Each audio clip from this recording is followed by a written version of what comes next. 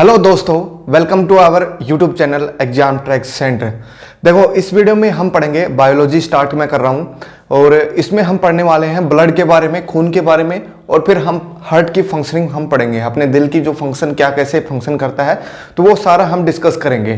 तो सभी competition exams के लिए बहुत ही इंपॉर्टेंट टॉपिक है बायोलॉजी का। सभी हिंदी और इंग्लिश दोनों मैं लैंग्वेज यूज कर रहा हूँ इसके अंदर, दोनों ही लैंग्वेजेस के अंदर मैं जो भी टर्म्स यूज होंगी वो दोनों लैंग्वेजेस के अंदर बताने की मैं कोशिश करूंगा। ठीक है, तो हमारा जो खून है वो मेनली कितने ग्रुप्स के हैं उनके, तो अलग अलग ग्रुप्स में अलग अलग प्रॉपर्टीज होती है उनकी। मैं ज़्यादा प्रॉपर्टीज पे नहीं जाऊंगा उनका, सिर्फ मैं बता रहा हूं तुम्हें कौन कौन से ग्रुप होते हैं हमारे पास, ए बी और ओ। तो इनमें से याद क्या करना है आपको, देखो प्लस माइनस साइन भी होता है, वो मैं बाद में बताऊंगा अभी क्या होता है वो। ठीक है, ए बी जो है वो है यूनिवर्सल एक्सेप्टर है, सभी से एक्सेप्ट कर सकता है ये, और ये है डोनर। ठीक है, ये सभी को डोनेट कर सकता है खून। ओ वाला ग्रुप वाला सभी को डोनेट कर सकता है। तो यूनिवर्सल डोनर कौन है? ओ है। यूनिवर्सल एक्सेप्टर कौन है? A B. ए बी जो है हर एक से खून ले सकता है, ए से भी ले सकता है, बी से भी ले सकता है, ओ से ले ही सकता है, ओ से तो सभी ले सकते हैं, है ना। ठीक है, तो ये था ब्लड ग्रुप हमारा। अब इसमें बात आती है रीसिस प्लस माइनस, मतलब इसको हम बोलते हैं RH वैल्यू प्लस माइनस। अब ये क्या है? Plus minus sign. ठीक है, अब प्लस माइनस क्या है कि प्लस वाला वो है जिसके अंदर आरबीसी, देखो हम अब पढ़ेंगे आरबीसी सेल्स होती है हमारे खून के अंदर। तो आरबीसी जो है ना, उसके ऊपर प्रोटीन की लेयर होती है, प्रोटीन की, तो वो तो होगा प्लस वाला। जिसके ऊपर प्रोटीन की लेयर होगी वो होगा प्लस वाला, और जिसके ऊपर नहीं होगी वो होगा नेगेटिव। ठीक है, तो ओनली जिसके अंदर सेल के अंदर ये हमारा प्रोटीन लेयर नहीं है तो वो होगा नेगेटिव। ठीक है, अब बात आती है कि प्लस और माइनस में कितने परसेंट लोग जो है इंडिया में रहते हैं। तो लगभग 96 से 97% लोग जो है प्लस के ही हैं, और बच गए 2-3% जो है वो माइनस के हैं यहाँ पे। ठीक है, अब माइनस वाले का डिफेक्ट क्या है, देखो क्या होगा कि अगर प्लस और माइनस वाले की शादी होगी, है ना, लेडीज ये है, इनमें से कोई भी एक जो है प्लस माइनस का है।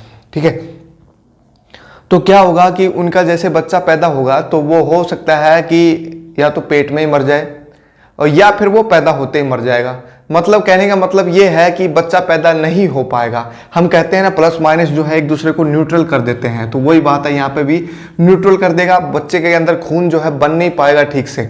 या फिर मैं ये भी कह सकता हूँ कि अगर प्लस वाले का खून जो है माइनस वाले व्यक्ति को दिया जाए, जैसे इसका मान लिया मैंने बी प्लस है, बी माइनस है, और इसका है बी प्लस। ठीक है, तो इसका खून अगर इसको हम दे तो सकते हैं, लेकिन अगर ज्यादा अमाउंट में दे दिया जाए इसको तो इसकी मृत्यु भी हो सकती है, तो इसकी मौत भी हो सकती है अगर प्लस वाला साइन जो है, प्लस वाला ब्लड जो है माइनस वाले को ज्यादा अमाउंट में दे दिया जाए तो।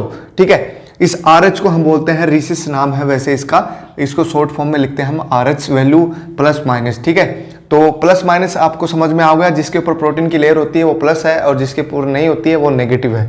ठीक है, तो ये बात थी हमारे ब्लड ग्रुप्स की। अब हम बात करेंगे इसके अंदर ब्लड के अंदर क्या क्या चीजें होती हैं। तो मेनली जो है ब्लड के अंदर, हमारे खून के अंदर दो चीजें हैं, वो क्या क्या है देखो हम पढ़ते हैं। एक तो है सेल्स और एक है प्लाज्मा। ब्लड के अंदर क्या क्या चीजें हैं?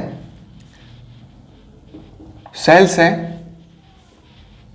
सेल्स, और दूसरा है प्लाज्मा। प्लाज्मा मीन्स पार्टिकल्स है।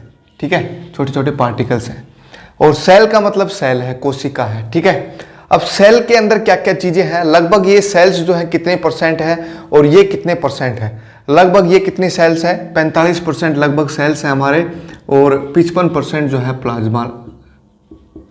ठीक है, अब देखो सेल्स के टाइप्स कौन कौन से हैं, तो सेल्स के टाइप्स हम इंपॉर्टेंट बनेंगे, वो हम पढ़ेंगे। आरबीसी है, डब्ल्यूबीसी है, और प्लेटलेट्स है।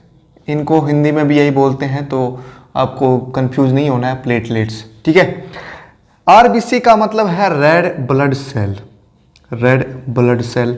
ऑब्वियसली इनका कलर जो है कैसा होगा? रेड ही होगा। इसका है white blood cell, white blood cell, और ये तो है ही प्लेटलेट्स। ठीक है, प्लेट है हमारे। तो आरबीसी जो है इनका कलर कैसा होगा? रेड होगा, इनका कलर व्हाइट होगा। ठीक है, इनका साइज जो है छोटा होगा, स्मॉल साइज, और इनका होगा लार्ज साइज। ठीक है, सेल्स का। और इनका ये तो प्लेट टाइप में है तो इसका साइज का कोई लेने देने नहीं है।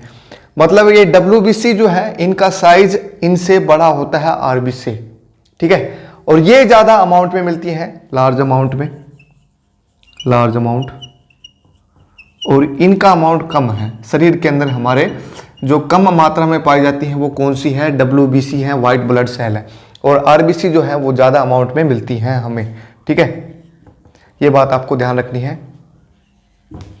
अब बात आती है कि RBC का जो है उत्पन्न कहाँ होती है, मतलब पैदा कहाँ होती है और मरती कहाँ है, और इनका काम क्या आता है, यूजेज क्या क्या है, और RBC को हम कैसे बढ़ा सकते हैं। ये सब क्वेश्चन हमारे दिमाग में आ रहे होंगे अभी। तो RBC जो है पैदा कहाँ होती है, कहाँ पैदा होती है? तो दोनों ही कहाँ पे पैदा होते हैं? ये अस्थि मज्जा के अंदर, बोन मैरो जिसको हम बोलते हैं, अस्थि मज्जा जिसको हम बोलते हैं बोन मैरो।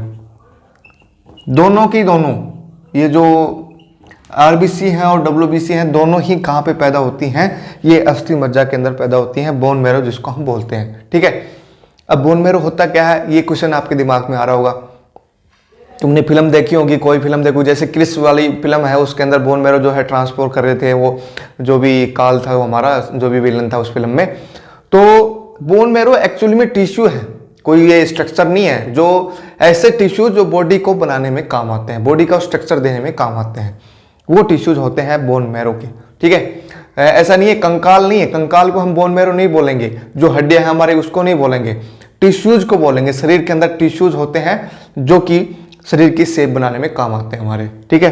तो वो है बोन मैरो, ठीक है। अब ये जो है RBC कहाँ पे मरती हैं? ये मरती हैं प्लीहा, जिसको हम बोलते हैं स्प्लीन। स्प्लीन, आपको डायग्राम ये फिगर दिख रहा होगा, इसके अंदर स्प्लीन का फिगर है। ये स्प्लीन जो है कहाँ पे है, होता है ये होता है जैसे लेफ्ट साइड है ना हमारे, हार्ट यहाँ से हो गया बीच में से, ठीक है। और स्प्लीन हो गया यहाँ पे, जैसे ही हमारी पसलियां हैं इसके जस्ट नीचे, पेट के थोड़ा सा ऊपर, और यहाँ से लेफ्ट साइड में होता है स्प्लीन। छोटा सा एक हिस्सा होता है जो कि खून को फिल्टर या फिर खून के अंदर ही काम आता है, मतलब खून से रिलेटेड उसकी पूरी काम में है। तो प्लीहा के अंदर इनकी मौत होती है RBC की। और WBC की मौत कहाँ होती है? WBC जो व्हाइट ब्लड सेल है हमारी, वो कितनी कहाँ पे पैदा होती है? वो तो कर लिया हमने, बोन मैरो में पैदा होती है। लेकिन मरती कहाँ है? ये ब्लड के अंदर ही मर जाती हैं। कहाँ पे मरती है? ब्लड के अंदर ही मरती है, ठीक है। अब बात आती है कि पैदा होने और मरने के टाइम में इनका लाइफ टाइम है वो कितना है? तो इनका लाइफ टाइम लगभग 120 दिन है, 120 दिन। और इनका लाइफ टाइम लगभग 3 से 4 दिन है, ठीक है। ये बात आपको ध्यान रखनी है, 3 से 4 दिन हो गया, ठीक है। और इनका लगभग 120 दिन। तो ये ज़्यादा जीती है, ये कम जीती है, ठीक है। ज़्यादा अमाउंट में यही होती हैं, कम अमाउंट में ये होती हैं, ठीक है। लेकिन इफेक्टिवनेस किसकी ज़्यादा है? अब आती है बात इनकी यूजेज की। तो यूज मैं इनके ऊपर लिख देता हूँ, चलो, WBC और RBC के। तो यूज क्या क्या होते हैं इनके? देखो, RBC जो है, RBC के अंदर हमारा क्या पाया जाता है? हीमोग्लोबिन पाया जाता है, जिसकी वजह से इसका कलर रेड होता है। इसके अंदर पाया जाता है हीमोग्लोबिन। हीमोग्लोबिन जो एक नॉर्मल स्वस्थ आदमी है उसके अंदर हीमोग्लोबिन कितना होता है? हीमोग्लोबिन है क्या? हीमोग्लोबिन है कि हमारे जो RBC है ना, सेल है, उसके ऊपर जो प्रोटीन लगा होगा तो उसके अंदर आयरन की अमाउंट कितनी है, वो होता है हीमोग्लोबिन। तो लगभग ये 13 से 16 ग्राम जो है पर डेसीलीटर, पर डेसीलीटर, 1 डेसीलीटर मतलब 1/10 लीटर। तो इतने खून के अंदर इतना ग्राम होना चाहिए हीमोग्लोबिन नॉर्मल पर्सन के लिए। अगर इसकी अमाउंट कम है तो उसकी वजह से कुछ रोग हो सकते हैं, जो रोग हम पढ़ेंगे अभी, वो कौन कौन से रोग हैं वो हम पढ़ेंगे, ठीक है। तो हीमोग्लोबिन की वजह से ही इसका रंग जो है रेड कलर आता है, रेड कलर। हीमोग्लोबिन की वजह से रेड कलर इसका आता है RBC का, ठीक है। यहाँ तक बात क्लियर है आपको? क्या क्या चीजें मैंने बताई? हीमोग्लोबिन होता है इसके अंदर, और RBC के अंदर ये रेड कलर जो है हीमोग्लोबिन की वजह से ही आता है, ठीक है। ये बात क्लियर होगी। अब जो WBC है इनके अंदर हीमोग्लोबिन नहीं पाया जाता है, इसलिए इनका कलर जो है व्हाइट कलर है, ठीक है। लेकिन इनका यूज कहाँ पे आता है?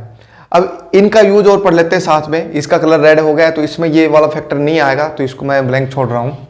हीमोग्लोबिन नहीं है, रेड कलर भी नहीं है, ठीक है। अब यूज कहाँ आता है इनका, इनका यूज आता है ऑक्सीजन और कार्बन डाइऑक्साइड को का संवहन, ट्रांसफर जो है ये करती हैं आरबीसी हमारी, ठीक है। जैसे ब्लड के अंदर हम पढ़ेंगे अभी कि हार्ट जो है वो क्या काम करता है, किडनी का क्या काम है खून के अंदर, और जो हमारे लीवर होता है उसका क्या काम है, सारे के सभी के काम होते हैं कुछ ना कुछ तो ब्लड से रिलेटेड, तो वो सारे हम पढ़ेंगे वहाँ भी। तो ऑक्सीजन और कार्बन डाइऑक्साइड का संवहन कौन करता है, आरबीसी करती है। और इसका यूज कहाँ है, रोग प्रतिरोधक क्षमता को बढ़ाती हैं ये, रोग प्रतिरोधक क्षमता मतलब इम्यून सिस्टम को हमारे बढ़ाती हैं ये, इम्यून सिस्टम। तो जिसके खून के अंदर WBC अच्छी होंगी तो उसका जो शरीर है वो स्वस्थ रहेगा अच्छे से, मतलब बीमारियों से लड़ने की क्षमता जो है ये प्रदान करता है हमें, ठीक है। WBC मेन जो है WBC ही है हमारे अंदर, ठीक है। जिसका शरीर कईयों का देखा होगा आपने, कई लोग जो हैं वो बीमार ही नहीं होते, और कई लोग ऐसे होते हैं दूसरे दिन बीमार होते रहते हैं, ठीक है। तो इनके कमी से, आरबीसी की कमी से कौन कौन से रोग होते हैं और इसकी कमी से कौन कौन से रोग होते हैं वो वह भी पढ़ते हैं हम। देखो WBC रोग प्रतिरोधक क्षमता को बढ़ाती है हमारी, है ना। तो इसकी कमी से रोग कौन से होते हैं, ऐसे रोग जो रोग प्रतिरोधक क्षमता को से ही ठीक होते हैं। कौन कौन से हैं, जैसे है हमारा एड्स हो गया, और कैंसर, ब्लड कैंसर हो गया, ये सब डिजीज हैं जो कि WBC की कमी से शरीर के अंदर होती हैं। और आरबीसी की कमी से कौन से रोग होते हैं, जैसे हमारा हो गया एनीमिया, और जैसे हो गया पीलिया, जॉन्डिस जिसको हम बोलते हैं एनीमिया, ठीक है, और पीलिया। ये दो रोग हैं जो खून की कमी से, आरबीसी की कमी से होते हैं। मतलब शरीर का रंग जो है पीला पड़ जाएगा, और एरेक्टा मतलब खून ना हो जिसके अंदर, कम हो खून तो होता ही है, कम होता है। खून कितना होता है वो अभी पढ़ेंगे, हमें थोड़ी देर में मैं बताऊंगा अभी उसको। पहले हम सेल्स ही पढ़ लेते हैं जरा एक बार। तो ये सेल तो हो गया हमारा, कहाँ पे पैदा होती हैं, कहाँ पे मरती हैं, इनके यूजेज क्या क्या हैं, और क्या क्या इनकी कमी से क्या क्या रोग हो सकते हैं, ठीक है। इसमें एक चीज़ मैं बता देता हूँ कि WBC को कैसे बढ़ाएंगे, क्योंकि क्वेश्चन आपके दिमाग में यही आ रहा होगा कि हम अपना इम्यून सिस्टम स्ट्रॉन्ग करना चाहते हैं, कोरोना से लड़ना चाहते हैं, तो किस चीज़ को हम ज़्यादा ग्रहण करें ताकि हमारा इम्यून सिस्टम स्ट्रॉन्ग हो जाए। गोली वगैरह नहीं लेनी है आपको, मेनली आपको विटामिन ए लेना है। विटामिन ए किस किस में होता है वो आपको चेक करना है। जैसे पालक हो गया, गाजर हो गया, तो इनमें विटामिन ए ज़्यादा पाया जाता है, तो वो आपको ज़्यादा कंज्यूम करना है शरीर के अंदर, तभी WBC जो है बढ़िया हो पाएंगी और हमारा शरीर जो है स्वस्थ रह पाएगा अच्छे से, ठीक है। तो ये था हमारे सेल्स के बारे में। सेल्स के अंदर एक हिस्सा और था हमारा प्लेटलेट्स, जो हम पढ़ते हैं प्लेटलेट्स क्या होती हैं। देखो हमारे शरीर के अंदर जब तुम माइक्रोस्कोप से देखोगे ना, अब देखो ये WBC के अंदर मैंने टाइप्स नहीं बताए हैं आपको। WBC के काफ़ी सारे टाइप्स होते हैं, अलग अलग इनके टाइप हैं, माइक्रोस्कोप से देखोगे तब देखने को मिलते हैं। वो नहीं पढ़ना है तुम्हें, मेनली बस तुम्हें ये याद रखना है RBC और WBC क्या है और उनके यूजेज क्या क्या है, ठीक है। प्लेटलेट्स, अब तुमने ये पढ़ा होगा भाई जिसको डेंगू हो गया तो उसकी प्लेट डाउन आ गई। प्लेट एक्चुअल में है क्या, प्लेट लाइक स्ट्रक्चर है। जब उसको माइक्रोस्कोप से देखोगे खून के तो उसके अंदर प्लेट्स दिखेंगे हमें, ठीक है। वो प्लेटलेट्स का काम क्या आता है कि हमारे जैसे शरीर के अंदर कट लग गया कहीं पे भी, तो देखोगे तुम थोड़ी देर बाद वो खून अपने आप ही बाहर निकलना बंद हो जाएगा, ठीक है। जैसे ही, क्योंकि कट लगने के बाद, ये लिख देता हूं मैं, कट लगने के बाद जो है, कट लगने के बाद खून का रुक जाना, खून का रुक जाना,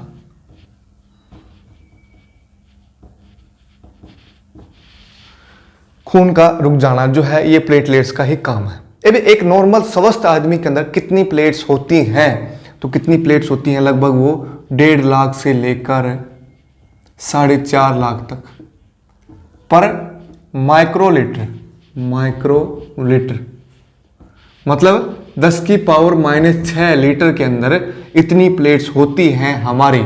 अब जिसकी प्लेट लगभग 80-90 हज़ार पहुंच गई, इसको मतलब उसको कोई बीमारी है, डेंगू हो गया या फिर कुछ और हो गया, शरीर धीरे धीरे डाउन पड़ने लग जाता है। 50 हज़ार के आसपास चलेगी तो बहुत ही क्रिटिकल सिचुएशन हो जाती है, शरीर बिल्कुल टूट जाता है प्लेट्स की वजह से। बिल्कुल इतनी पूरे दिन इतनी थकान फील होगी तुम्हें, बस पूछो मत। तो ये प्लेट्स जो है मेनली किसकी वजह से डाउन में आती हैं, तो एक दो बीमारी हैं, जैसे है हमारा चिकनगुनिया है, चिकनगुनिया, तो ये भी आपको याद रखना है, चिकनगुनिया। और डेंगू बुखार है, चिकनगुनिया भी बुखार होता है, डेंगू। तो इनकी वजह से प्लेट डाउन आ जाती है। अब डेंगू किसकी वजह से होता है ये भी आपको पता होना चाहिए, डेंगू किसकी वजह से होता है। तो किसकी वजह से होता है, कौन सा मच्छर के काटने से ये डेंगू होता है हमारे, तो ये एंडीज मच्छर के काटने से होता है। चलो मेरे को ये बताओ मलेरिया किसकी वजह से होता है, तो एनाफ्लीज नामक मादा जो है उससे होता है, मादा एनाफ्लीज जिसको हम बोलते हैं, उस मच्छर के काटने से मलेरिया होता है। और डेंगू होता है हमारा एंडीज नामक मच्छर से काटने से, ठीक है। तो ये हमारे पढ़ लिए हमने प्लेटलेट्स क्या होती हैं और इनकी कमी से कौन कौन से, ये कमी, इनकी कमी कैसे आती है, कौन कौन से रोगों से इनकी कमी आती है, वो सब हमने पढ़ लिया, ठीक है। मेनली जो डेंगू का इलाज है तो सबसे बढ़िया जो है आप ये कर सकते हैं, जो बकरी होती है हमारा उसका दूध पी सकते हैं, उससे ये प्लेट्स जो हैं बढ़ जाती हैं और डेंगू से लड़ने में हमारी क्षमता बढ़ जाती है, ठीक है। तो बकरी का दूध पिएं, जिसको भी डेंगू हो रहा है दवाइयों से अच्छा बकरी का दूध पिएं, वो बहुत ही फायदेमंद रहता है शरीर के लिए, प्लेट्स के लिए मामले में, ठीक है। तो ये क्वेश्चन था प्लेटलेट्स का, ठीक है। अब हम पढ़ते हैं थोड़ा सा, मैं खून के बारे में बताता हूँ, फिर हम प्लाज्मा पे आएंगे। हमारा जो सेकंड टॉपिक था सेल्स और प्लाज्मा ब्लड के अंदर, तो खून के बारे में थोड़ा सा बता देता हूँ कि एक आदमी के अंदर कितना खून होता है टोटल। हीमोग्लोबिन तो मैंने बता दिया कितना, 13 ग्राम से लगभग 17 ग्राम, 10 ग्राम भी होता है, किसी के पास 8 ग्राम भी होता है, वो तो हीमोग्लोबिन हो गया हमारा, मतलब आयरन लेवल हो गया, ठीक है। बात आती है ब्लड की, कितना ब्लड होता है टोटल पानी के साथ मिला के, लगभग शरीर के अंदर पानी होता है, कितना होता है वो भी हम ही पढ़ेंगे अभी थोड़ी देर में। ब्लड कितना होता है लगभग, वो होता है 5 से 6 लीटर, 5 to 6 लीटर, लगभग 7% ऑफ वेट, ह्यूमन वेट, इतना वेट है उसके अकॉर्डिंग जो है लगभग 7% जो है उसके अंदर ब्लड होता है। एक मैन की बात हो रही है, ठीक है। और वुमेन्स के अंदर कितना होता है, लगभग इसका हाफ ऑफ मैन, आदमियों का आधा खून जो है लेडीजों के अंदर होता है हमारा, ठीक है। तो 5 से 6 लीटर और औरतों के अंदर हाफ, इनका आधा, लगभग 3 से 4 इतना ही होता है, ठीक है। तो ये खून था, कितना खून होता है शरीर के अंदर वो सब हमने पढ़ लिया। अब ये मत कहना कि इतना ग्राम होता है हमारा खून, तो ग्राम नहीं, वो हीमोग्लोबिन है एक्चुअल में, ठीक है। खून जो है काफ़ी होता है शरीर के अंदर, देखो तुम ऐसे कट करोगे तो कुछ ग्राम तो वैसे ही पड़ जाता है, 10 ग्राम तो नॉर्मली थोड़ा सा ही हो गया, तो वो तो ऐसे ही गिर जाएगा, तो वो ग्राम हीमोग्लोबिन है एक्चुअल में, खून नहीं है। खून वो काफ़ी हो जाता है 5 से 6 लीटर लगभग, क्योंकि शरीर के अंदर खून के अंदर जो है हमारा पानी भी होता है और ये सेल्स भी होती हैं, तो काफ़ी अमाउंट में हो जाता है, ठीक है। अब हम पढ़ते हैं प्लाज्मा। प्लाज्मा जो है उसके अंदर क्या होता है, तो प्लाज्मा के अंदर सेल्स तो अलग होगी, प्लाज्मा के अंदर क्या होंगे, पार्टिकल्स होंगे। जैसे प्लाज्मा फिजिक्स आगे आप लोगों ने पढ़ी होगी, तो उसके अंदर आयंस होते हैं, तो वही है इसके अंदर प्लाज्मा। अब प्लाज्मा के अंदर क्या होता है, लगभग 90% तो इसके अंदर वाटर ही होता है। वैसे ओवरऑल ब्लड के अंदर कितना परसेंट प्लाज्मा है, 55% प्लाज्मा है, 45% जो है सेल्स हैं, 55% प्लाज्मा है, और 55% के अंदर 90% तो पानी ही है, बाकी बच गया प्रोटीन है और कार्बोहाइड्रेट्स हैं।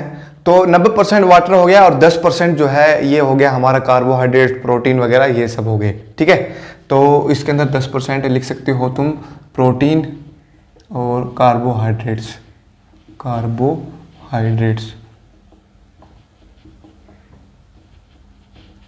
ठीक है, कार्बोहाइड्रेट्स होता है, ठीक है। 10% होगा प्रोटीन और कार्बोहाइड्रेट्स। प्लाज्मा का क्या काम आता है, बस ज़्यादा इसमें डीपली हम नहीं पढ़ेंगे, तो बस क्या काम आता है वो हम पढ़ रहे हैं। कंट्रोल करता है किसको, टेम्परेचर को, हमारे शरीर का जो टेम्परेचर है उसको कंट्रोल करने में हेल्प करता है ये हमारा, ठीक है। और किसके काम आता है, रक्त का थक्का जमने में, रक्त का थक्का जमने में।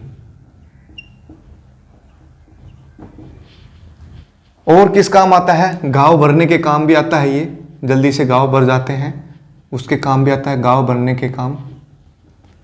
तो ये सारे प्लाज्मा के काम है, ठीक है। टेम्परेचर कंट्रोल करना, रक्त का थक्का जमना और घाव भरना, ये 3 मोस्ट इंपॉर्टेंट यूजेज हैं प्लाज्मा के एक ब्लड के अंदर। ये 3 इंपॉर्टेंट यूजेज हैं हमारे, ठीक है। अब हार्ट के बारे में पढ़ने से पहले हम कुछ और टर्म्स पढ़ते हैं खून के बारे में। देखो खून जो है जैसे ही हमारा शरीर से बाहर निकलता है तो वो जम जाता है ना। तो क्वेश्चन ये आता है कि खून को हम कितने दिन तक स्टोर कर सकते हैं। तो लगभग 30 से 40 दिन हम इसको स्टोर कर सकते हैं, 30 से 40 दिन तक।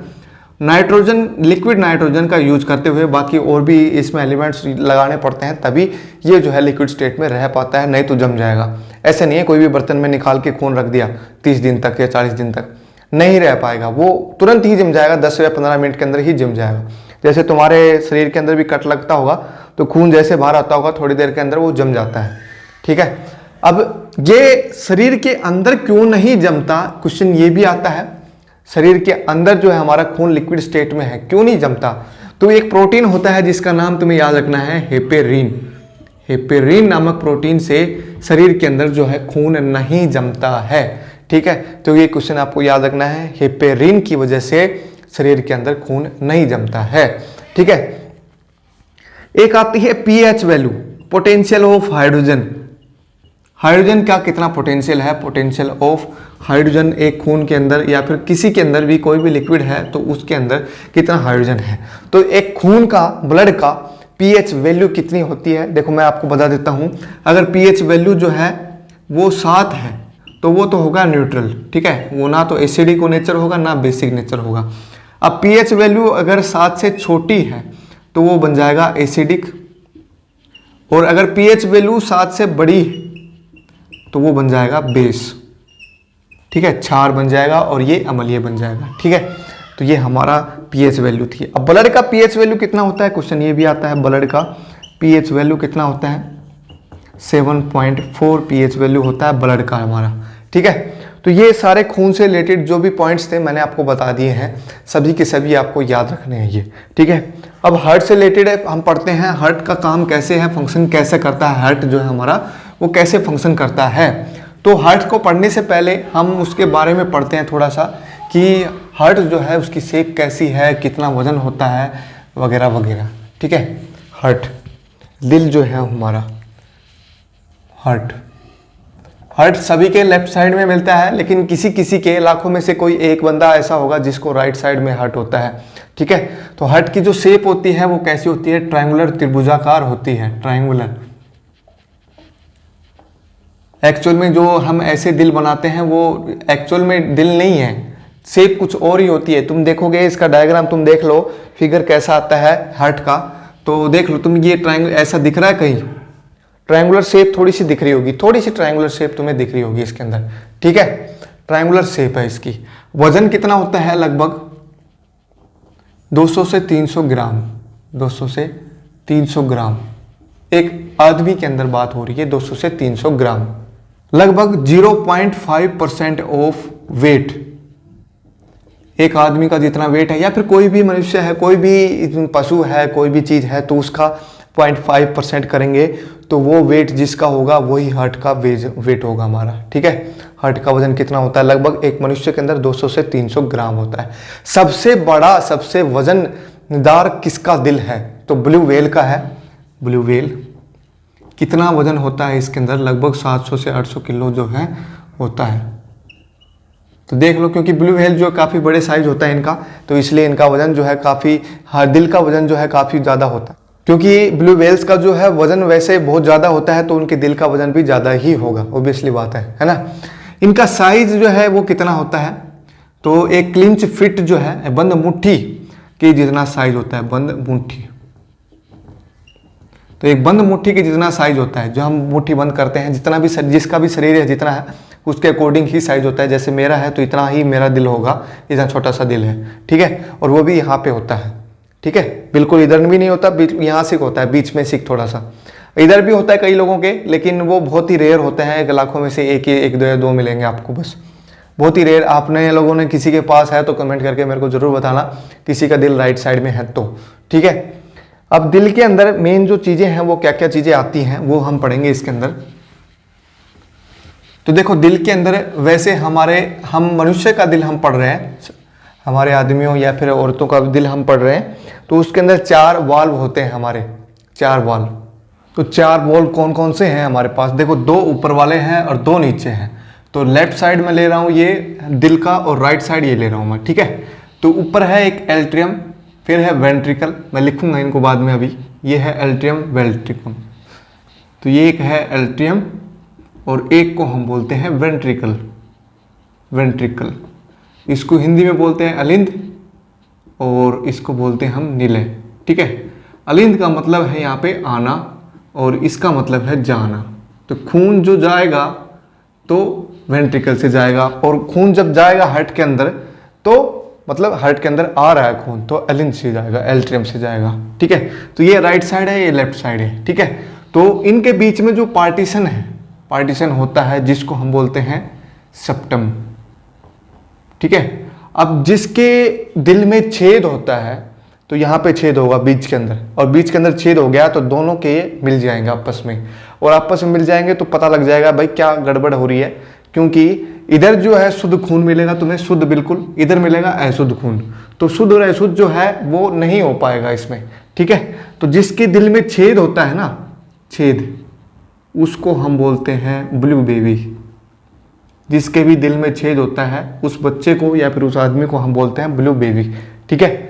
अब उसकी जो हार्ट बीट की जो साउंड है, एक नॉर्मल पर्सन की हार्ट बीट की जो साउंड है नॉर्मल की, वो क्या है? लबडब की है, लबडब। लेकिन जब छेद हो जाता है दिल में, सेप्टम में, तो उसको हम फिर उसकी जो हार्ट बीट की जो साउंड है वो कैसी हो जाती है? मुरमुर की साउंड हो जाती है, मुरमुर, ठीक है। तो साउंड से भी पता लगा सकते हैं कि उनके बीच में छेद है या फिर कुछ गड़बड़ है दिल के अंदर, ठीक है। तो ये बात आपको ध्यान रखनी है। अब हम पढ़ते हैं पूरा प्रोसेस, इसके अंदर कैसे क्या प्रोसेस हो रहा है पूरा का पूरा। तो मैं छोटा सा ही डायग्राम बना रहा हूँ, ज़्यादा नहीं हम, क्योंकि हम बस डीपली में नहीं पढ़ेंगे इसको, थोड़ा सा बस इसको समझना है हमें, ठीक है। ये दिल है हमारा, सेप्टम है बीच के अंदर, ये पार्टीशन है इनका, सेप्टम है, ठीक है। अब एल्ट्रियम के अंदर क्या होता है? आता है, क्या आता है? खून आता है। तो एक तो शुद्ध खून है और एक अशुद्ध खून है। शुद्ध खून का मतलब है जिसके अंदर क्या हो?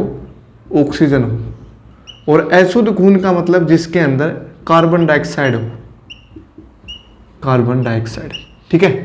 तो इसको ऑक्सीजन युक्त मतलब शुद्ध खून कौन करता है? ठीक है, शुद्धिकरण कौन करता है खून का? शुद्धिकरण, प्योरीफाई हम कहेंगे। शुद्धिकरण कौन करता है खून का? फेफड़े करते हैं, ठीक है, फेफड़े। और फिल्टर कौन करता है? फिल्टर करती है किडनी, वर्क जिसको हम बोलते हैं किडनी, ठीक है। तो ये आपको ध्यान रखना है, खून के मामले में फेफड़े और किडनी दोनों का काम आता है, ठीक है। तो किडनी का काम क्या है? उसको फिल्टर करना, उसमें से यूरिन बाहर निकालना। जिसकी किडनी खराब हो जाती है उसके खून के अंदर यूरिन चला जाता है और उसके धीरे धीरे हाथ पाँव जो है सूजने लग जाते हैं, क्योंकि ब्लड के अंदर कोई जो यूरिया भी आ जाएगा, साथ में यूरिन आ जाएगा, तो क्या होगा? धीरे धीरे सब कुछ फूल जाएगा उसका, ठीक है, किडनी अगर खराब है तो किडनी क्या करती है? फिल्टर करती है, उस यूरिन को बाहर निकाल देती है, ठीक है। उसका ऑक्सीजन युक्त बनाने के लिए कौन काम आते हैं? फेफड़े। जहाँ पे हम सांस लेते हैं तो सीधा ऑक्सीजन जो है फेफड़ों के अंदर ही जाती है, ठीक है। फेफड़े उसको पहले ऑक्सीजन को अलग निकाल लेते हैं, बाकी सारी गैसेज को बाहर निकाल देते हैं, जैसे कार्बन डाइऑक्साइड वगैरह हो गया, हम जो बाहर निकालते हैं तो वहीं से आ रही जो हम ले रहे हैं वही गैस हम वापस भेज रहे हैं, सिर्फ ऑक्सीजन जो है कंज्यूम कर लेता है शरीर, ठीक है। तो शुद्ध खून का मतलब है ऑक्सीजन, ठीक है। और अशुद्ध लिखना है यहाँ पे, सुक्त नहीं, अशुद्ध। तो अशुद्ध खून का मतलब जिसमें अंदर कार्बन डाइऑक्साइड हो। अब शुद्ध खून कौन लेके जाती है और अशुद्ध खून कौन लेके जाती है? तो दो चीजें हैं यहाँ पे, एक है धमनी और एक है सिरा, जिसको हम आर्टरी बोलते हैं और इसको हम बोलते हैं वेन्स, और इसको हम बोलते हैं आर्टरीज, ठीक है। तो ये दो चीजें हैं जिसको हम नस बोलते हैं ना, नस। तो ये सिरा है वेन्स और आर्टरीज है धमनी। तो ये तो लेके जाती है शुद्ध खून, शुद्ध, ठीक है, और ये लेके जाती हैं अशुद्ध। लेकिन इसका भी उपवाद है, क्या है वो? देखो, एक नाम है क्या? पल्मोनरी सिरा और पल्मोनरी धमनी जो है वो है पल्मोनरी धमनी, और एक है पल्मोनरी सिरा। ये उपवाद है इनके, क्या है? कि पल्मोनरी धमनी जो है वो अशुद्ध को लेके जाएगी, अशुद्ध खून को, और ये जो है शुद्ध को लेके जाएगी, उल्टा है। ठीक है, पल्मोनरी धमनी अशुद्ध को और पल्मोनरी शिरा जो है वो शुद्ध खून को। ठीक है, तो मैंने बताया कि शुद्ध खून जो है इस साइड में है, लेफ्ट साइड में, और अशुद्ध है इस साइड में। ठीक है, तो अब आपको ध्यान में आ जाएगा कि अशुद्ध खून के लिए कौन कौन सा चीजें हैं। एक तो ये शिरा है और पल्मोनरी धमनी है, तो इधर शिरा यूज आएंगी और पल्मोनरी धमनी यूज आएगी, और इधर क्या आएगा, पल्मोनरी शिरा और धमनी यूज आएगी। ठीक है, तो ये बात ध्यान रखनी है। अब इसको थोड़ा सा डायग्राम से हम समझते हैं जरा क्या है, कि जैसे हम अपना शरीर ले लेते हैं और शरीर का कोई भी पार्ट है, कोई भी पार्ट है जैसे ये, ठीक है, और इसमें अशुद्ध खून है। ठीक है, कार्बन डाइऑक्साइड मिल गया इसके अंदर किसी तरीके से, तो क्योंकि हम कार्बन डाइऑक्साइड को कंज्यूम कर रहे हैं तो वो मिल गया इसके अंदर, तो ये जाएगा सबसे पहले खून कहाँ पे जाएगा, इस एल्ट्रिम में जाएगा। ठीक है, एल्ट्रिम में जाएगा ये। ठीक है, किस प्रेशर से जा रहा है वो भी प्रेशर मैं बताऊंगा कि हार्ट के अंदर खून जो है किस प्रेशर से जाता है और किस प्रेशर से बाहर निकलता है, जिसको हम बोलते हैं डायस्टोलिक और सिस्टोलिक प्रेशर, जो हम पढ़ेंगे अभी थोड़ी देर में। ठीक है, तो शरीर से जो खून जा रहा है ये लेके कौन जाता है, एल्ट्रियम के अंदर, राइट साइड के अंदर। अशुद्ध खून है, अशुद्ध खून है ना, तो कौन लेके जाएगा, अशुद्ध खून, ये कौन लेके जाएगा, अशुद्ध खून शिरा लेके जाएंगी। ठीक है, शिरा। ठीक है, अब मैंने एक यहां पे बना दिया लंग्स है हमारे, लंग्स, फेफड़े। ठीक है, अब जैसे ही हार्ट जो है बीट करेगा, मतलब पहले होगा स्क्वीज और फिर ऐसे, फिर स्क्वीज, फिर ऐसे, ऐसे होता है पूरा प्रोसेस हार्ट का, ऐसे होता है। तो जैसे ये स्क्वीज करेगा, इसके अंदर रास्ता होता है एक, तो ये खून जो है एल्ट्रियम से वेंट्रिकल में चला जाएगा। ठीक है, और जैसे ही वो ऐसे दबने के बाद वापस जाएगा तो एक प्रेशर जनरेट होगा, उस प्रेशर से खून जो है ये बाहर निकल के कहाँ चला जाएगा, लंग्स के अंदर। अब ये कौन लेके जा रहा है, वेंट्रिकल से, राइट साइड का वेंट्रिकल, राइट साइड का निलय से खून जो है हमारे लंग्स के अंदर, फेफड़े के अंदर जा रहा है। कैसा खून होगा, ये अशुद्ध खून होगा, लेकिन शिरा नहीं लेके जाती इसको कौन लेके जाता है, पल्मोनरी धमनी। तो यहाँ पे आएगा पल्मोनरी धमनी, पल्मोनरी धमनी। ये बात आपको ध्यान रखनी है, लंग्स के साथ हमेशा पल्मोनरी वर्ड आना चाहिए। ठीक है, लंग्स के साथ हमेशा पल्मोनरी वर्ड आना चाहिए हमारा। ठीक है, अब क्या होगा कि लंग्स से, ये लंग्स क्या है, प्योरीफाई कर देगा, इसको फिल्टर कर देगा, फिल्टर मीन से इसमें ऑक्सीजन मिला देगा। ठीक है, फिर जाएगा ये लेफ्ट साइड के अंदर, लेफ्ट साइड के एल्ट्रियम के अंदर, अलिंद के अंदर। ठीक है, अलिंद के अंदर चला गया तो फिर से वही स्क्वीज होगा और फिर से वही बाहर निकलेगा। तो स्क्वीज होगा तो इसमें खून चला जाएगा इसके अंदर। ठीक है, और जैसे ही ये फिर से, मतलब हार्ट जो है स्क्वीज होने के बाद वापस उसी पोजीशन पे जाएगा, तो खून जो है किसी प्रेशर के साथ वो निकलेगा बाहर, और वो बाहर कहाँ पे चला जाएगा, फिर शरीर के अंगों के ऊपर, शरीर के अंगों में, जहाँ पे अभी हमें खून की जरूरत है वहाँ पे चला जाएगा, शरीर के अंगों में। ठीक है, अब इसको लेके कौन जाता है, पहली बात तो लंग से यहाँ तक कौन लेके आएगा, मैंने बताया पल्मोनरी जो है लंग से रिलेटेड है, तो यहाँ पे शुद्ध खून लेके जाने हैं, तो पल्मोनरी धमनी तो यहाँ पे आ रही है अशुद्ध के लिए, पल्मोनरी शिरा यहाँ पे आएगी, शुद्ध खून लेके जाना है, पल्मोनरी शिरा, और यहाँ पे आएगी फिर धमनी, शुद्ध खून जा रहा है ना, तो धमनी। ठीक है, ये बात आपको ध्यान रखनी है। तो इधर क्या क्या है, शुद्ध खून है लेफ्ट साइड में, और इधर है अशुद्ध। छोटा सा ही मैंने डायग्राम बनाया है बस समझने के लिए आपको। बस क्या हो रहा है कि एल्ट्रियम में जा रहा है, पहले खून कौन लेके जा रहा है, ये बात ध्यान रखनी है, शिरा लेके जा रही है पहले अशुद्ध खून को, और फिर एल्ट्रियम से वेंट्रिकल में जा रहा है, और वेंट्रिकल फिर लंग्स के अंदर लेके जाती है कौन, पल्मोनरी धमनी लेके जाती है। ठीक है, और लंग्स से फिर एल्ट्रियम में दूसरे लेफ्ट साइड के एल्ट्रियम में जाता है, और 4 वाल्व है ना, मैंने बताया 4 वाल्व, 1 2 3 4, 2 इधर है 2 इधर है, राइट साइड में, लेफ्ट साइड में 2 2 है, लेफ्ट साइड वाला अशुद्ध खून होता है, राइट साइड में शुद्ध खून, सॉरी लेफ्ट साइड में शुद्ध खून होता है और राइट साइड में अशुद्ध खून होता है। तो एल्ट्रियम में चला गया, एल्ट्रियम से वेंट्रिकल में, और वेंट्रिकल से धमनी जो है शरीर के अंगों में पहुंचा देती है। तो ये पूरा प्रोसेस है। अब एक बार जो है हार्ट बीट करता है ना, तो एक साइकिल जो है पूरा क्रॉस हो जाता है। जैसे एक बार बीट करेगा तो एक तो खून यहाँ से यहाँ चला गया, और इसका खून यहाँ से यहाँ चला गया, और जैसे ही वो वापस जाएगा तो उसी पोजीशन पे ये यहाँ पे चला जाएगा, और ये शरीर के अंगों में।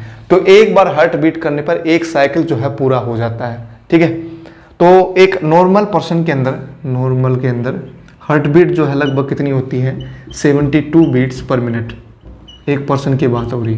अब जिसका दिल जितना बड़ा होगा उतनी ही बीट कम होगी। तो जितना शरीर बड़ा है किसी भी पशु का, किसी भी जानवर का, उतना ही कम बीट्स होंगी उसकी, ठीक है। तो जैसे हाथी है, उसकी लगभग होती है 30 बीट पर मिनट, 30 बीट ही करता है 1 मिनट के अंदर, ठीक है। तो जितना बड़ा शरीर होगा उतनी ही बीट कम आएंगी, हमारी धड़कन जो है कम आएगी, ठीक है। तो ये था पूरा दिल का सिस्टम पूरा। अब हम ये पढ़ेंगे कि ये जो धड़कन जो है वो किससे नापी जाती है। किससे नापी जाती है धड़कन जो है? स्टेथोस्कोप से नापी जाती है, जिसको हम बोलते हैं स्टेथोस्कोप, जो डॉक्टर लेके कान में लगा के, और ऐसे ऐसे नहीं लगाते हैं आपके दिल के आसपास जो है, यहाँ पे लगाते हैं दिल पे, ठीक है। या फिर कोई भी नसों के ऊपर भी लगा सकते हैं, नस से भी पता लग जाता है कितनी प्रेशर से, कितनी बीट से जो है वो आ रही है, पल्स आ रही है हमारी, ठीक है। एक बीट जो है एक पल्स को जनरेट करती है, एक वेव को जनरेट करती है। तो स्टेथोस्कोप से जो है हार्ट बीट नापी जाती है। क्वेश्चन ये भी आ सकता है कि इंस्ट्रूमेंट का नाम बताओ जिससे हार्ट बीट नापी जाती है, तो वो क्या है? स्टेथोस्कोप है, ठीक है। अब आती है ब्लड प्रेशर की बात। BP, blood pressure high low होता रहता है लोगों का। तो वो क्या है एक्चुअल में? वो एक्चुअल में प्रेशर है कि किस प्रेशर से ब्लड जो है जा रहा है या फिर आ रहा है, ठीक है। तो 2 प्रेशर होते हैं हमारे, कौन कौन से हैं? डायस्टोलिक और सिस्टोलिक। डायस्टोलिक और सिस्टोलिक। एक की वैल्यू होती है 80 mmHg और एक की होती है 120 mmHg। एक कम होता है, एक थोड़ा ज़्यादा होता है। प्रेशर की यूनिट है ये mmHg, ठीक है। पास्कल भी होती है ऐसा यूनिट, लेकिन ये हम यूज करते हैं यहाँ पे mmHg। अब डायस्टोलिक प्रेशर क्या है? जिस प्रेशर से हार्ट के अंदर खून पहुंच रहा है वो है डायस्टोलिक प्रेशर, और जिस प्रेशर से हार्ट से खून बाहर निकल रहा है, यहाँ पे निकल रहा था ना, जिस प्रेशर से निकल रहा है उसको हम बोलते हैं सिस्टोलिक प्रेशर, ठीक है। 80 से 120 हमारा होना चाहिए, लोअर जो है 80 होना चाहिए, अपर जो है 120 होना चाहिए। नॉर्मल पर्सन का यही होता है। अब जिसका भी कम होगा तो 80 वाला ही कम हो जाएगा, ये 100 के आसपास चला जाएगा, 60 के। तो लो प्रेशर और हाई प्रेशर दोनों के ही नुकसान है शरीर के अंदर। नॉर्मल जो है वो सही रहता है। लो प्रेशर हो गया तो चक्कर भी आ सकते हैं और भी कुछ हो सकता है। हाई प्रेशर में होगा तो हमारी नसें जो है फट सकती हैं, दिमाग फट सकता है। तो बहुत सारे साइड इफ़ेक्ट्स हैं इनके प्रेशर के। अब ये डिपेंड करता है कि किस पे क्या चीज़ खा रहे हो तुम, उस पर ये डिपेंड करेगा। सिस्टोलिक और डायस्टोलिक प्रेशर जो है हमारा, जो चीज़ तुम खा रहे हो उस पर डिपेंड करेगा। जैसे कोई ज़्यादा नमक खाता है तो उसका बीपी हाई रहेगा, कोई जो कम नमक खाता है, बिल्कुल ही नहीं खाता है, उसका बीपी जो है लो हो जाता है। तो ऑन एन एवरेज सही अमाउंट में सारी चीज़ें खानी चाहिए आपको। फैट ज़्यादा खाओगे तो बीपी पे इफेक्ट पड़ेगा। तो बस डिपेंड करता है क्या चीज़ तुम खा रहे हो, तो उसी चीज़ पे डिपेंड करेगा प्रेशर हमारा। बीपी किससे नापते हैं वो भी क्वेश्चन आता है, एक स्फिग्नोमीटर से।